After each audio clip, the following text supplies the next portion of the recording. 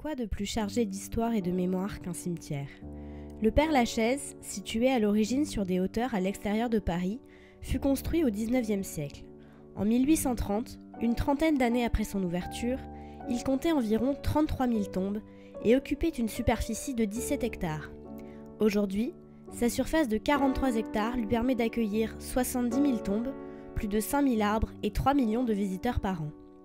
Nous avons cherché à savoir ce qui rend ce cimetière, et notamment certaines tombes en particulier, si attractif aux yeux des passants et des touristes. Serait-ce une forme de passion macabre, un tourisme un peu voyeur, ou encore une lubie d'artistes romantiques torturés ? Pourquoi certaines tombes, comme celle de Jim Morrison ou d'Oscar Wilde, font-elles l'objet d'un véritable culte, des années après la mort de leurs occupants, alors que d'autres paraissent totalement délaissées ? Sous quelle forme la mémoire se manifeste-t-elle dans un lieu si plein de souvenirs ? Notre promenade commence dans la partie sud-est du cimetière. Cette section du Père-Lachaise est située sur les hauteurs, quadrillée par des sentiers pavés sur lesquels la végétation reprend lentement mais sûrement ses droits. La lumière d'un soleil d'automne filtre entre les grands arbres. Autour de nous, des tombes de grès gris, très anciennes. Ici, ni marbre blanc étincelant, ni gerbe de fleurs colorées. Pour beaucoup de défunts qui reposent ici, plus personne ne vient se recueillir sur leur sépulture, à part des visiteurs attirés par cette ambiance un peu spéciale. Certaines tombes sont ouvertes et fêlées par les racines et le lierre. Les vitraux des chapelles ont éclaté sous le gel. Rien ne semble entretenu. Les sépultures sont des propriétés privées. Donc, ce qui veut dire qu'il incombe, qu'il incombe à la famille d'entretenir votre monument funéraire. C'est comme votre maison, c'est comme votre foyer, c'est vous qui faites le ménage, c'est vous qui décorez, c'est vous qui construisez votre foyer. Eh bien, une sépulture, c'est pareil, c'est une propriété privée. Donc, ce cimetière a maintenant 210 ans.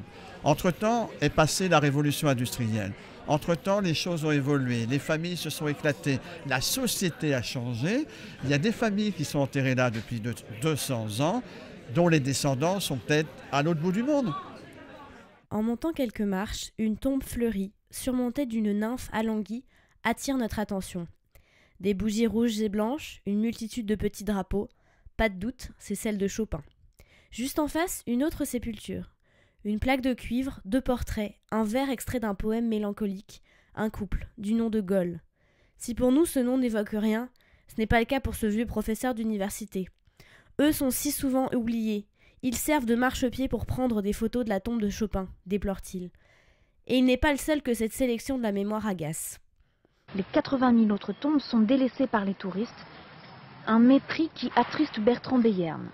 Lui qui parcourt le cimetière depuis l'âge de 7 ans, aimerait que les promeneurs soient un peu plus curieux. Allez absolument partout, ne vous cantonnez pas dans les allées, slalomer entre les chapelles qui sont parfois tellement serrées que même les chats doivent rentrer leurs flancs pour passer dans la petite allée. Et puis regardez, vous ne rentrerez jamais bredouille de votre hasard. Cet engouement autour d'une tombe ne touche pas que celle de Chopin. Jim Morrison, le rocker légendaire du groupe The Doors, repose aussi au Père-Lachaise et attire un grand nombre de visiteurs.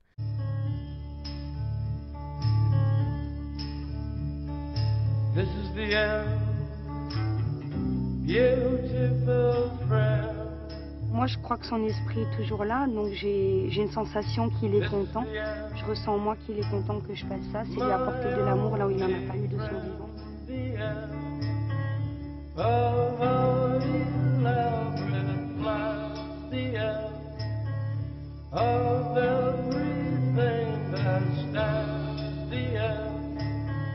C'est les 30 ans de sa mort aujourd'hui, donc c'est particulièrement important, je trouve qu'il faut être là. Bon, mais moi je viens de toute façon tous les jours, je me suis installée à Paris pour voir Jim tous les jours. Parce que j'estime que c'est un poète, quelqu'un d'important, il a changé beaucoup de choses dans ma vie. Il m'a donné une rage folle de vivre et de combattre. Et donc voilà, ce qui fait que c'est quelqu'un d'important pour moi.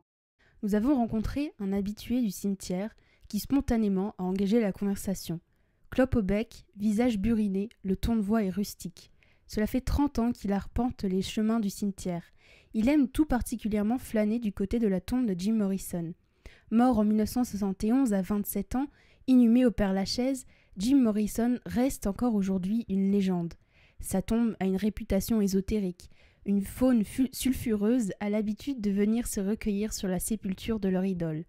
Ainsi, selon notre expert, des junkies se retrouvaient là pour se piquer ensemble, une pratique désormais impossible. Victime de son succès, la tombe est aujourd'hui protégée par des barrières.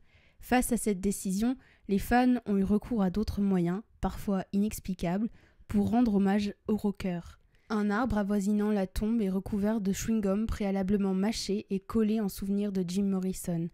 Nous avons rencontré un couple de vieux rockers new-yorkais qui sont venus spécialement au cimetière pour lui rendre hommage en fumant une clope devant la tombe.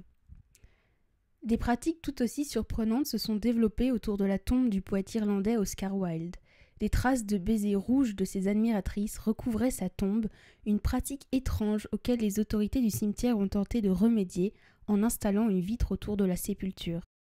Cela n'a pas empêché le rituel qui continue encore, cette fois sur la vitre même. Alors, au niveau des rituels, au Père-Lachaise, on en a pas mal. Alors peut-être les plus emblématiques. Oscar Wilde. Oscar Wilde, c'est un rituel que moi je trouve très préjudiciable. Alors plus maintenant, puisque son monument est protégé par une cage de verre. Mais avant, les bijoux étaient sur le monument funéraire. Alors le rituel, il vient d'où? En fait, dans les années 60, il y a eu une commémoration et une des personnes qui était dans l'assistance, spontanément, a embrassé le monument. Mais n'imaginant pas une seule seconde que son geste allait avoir des répercussions. Mais bête et méchant. C'est-à-dire, l'homme imite l'homme. Donc le baiser est là, il n'a pas été enlevé. Le lendemain, des visiteurs se présentent. Oh, il y a un baiser, pourquoi pas moi? Le surlendemain, pourquoi pas moi? Pourquoi pas moi? Résultat, c'est que le rouge à lèvres rentre dans la pierre. Et des fois, c'est indélébile. Jim. Alors parlons-en de Jim Morrison. Alors le rituel sur l'arbre avec les chewing-gums, c'est tout à fait nouveau. Hein, ça a 3 ans. En fait, j'en suis même le témoin. Oui, j'ai une exclue là-dessus, j'ai même les documents. Il y a 3 ans, j'arrive à une visite du matin, et qu'est-ce que je vois sur l'arbre? Un chewing-gum solitaire. Alors moi, je suis toujours très équipé, j'ai toujours mon appareil photo sur moi, justement pour saisir ces instantanés, parce qu'il y a des fois des instantanés très émouvants. Et donc je prends en photo le chewing-gum solitaire. J'ai bien fait, parce que 30 ans d'expérience quand même, je me suis dit ça va fleurer le rituel. Ça n'a pas manqué.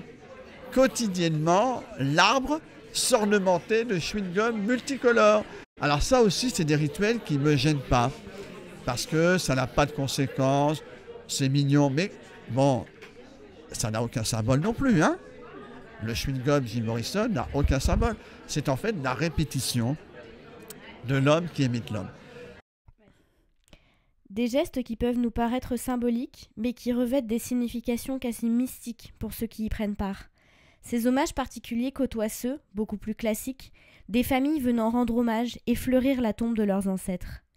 Notre visite s'achève dans la partie la plus au nord du Père-Lachaise. L'ambiance y est autre. Ici, des tombes de marbre blanc et noir à la suite. Des tombes de jeunes communistes, morts résistants, toujours activement fleuris. Cela s'explique par la proximité du fameux mur des fédérés de la commune, qui, entré dans la légende communiste, contribue ici à structurer l'espace. Derrière, les immenses constructions en mémoire des déportés de la Shoah. Des statues en métal de plus de 2 mètres, des silhouettes hagardes, faméliques, qui se dressent pour nous rappeler le cauchemar des victimes. Sur les monuments, les épitaphes défilent, nous interdisant d'oublier cette page de l'histoire. Alors, concernant les monuments de la déportation, alors ça c'est un sujet que j'aime évoquer. Alors je l'évoque dans mes visites, lorsque je fais des visites spécifiques à ce thème-là, puisque moi, lors de mes visites, j'essaie de faire revivre le lieu et j'y apporte une note d'humour noir qui est très caractéristique à mes promenades. Et donc il est vrai qu'il y a des sujets que je ne mélange pas. Donc je ne veux pas passer de Pierre Desproges au monument de la Shoah. Très compliqué quand même. Donc, les monuments de la Shoah sont très importants au Père-Lachaise. Non seulement c'est important, mais c'est unique au monde. Et nous avons cette chance à Paris d'avoir cette spécificité d'être unique au monde. Qu'est-ce qui est unique au monde? C'est que vous avez là un monument pour chaque camp de la déportation. Vous pourrez vous balader sur la planète entière, vous ne verrez pas la même chose. Vous verrez des monuments en la mémoire de la Shoah, mais de la Shoah. Tandis que là, c'est chaque camp a son monument.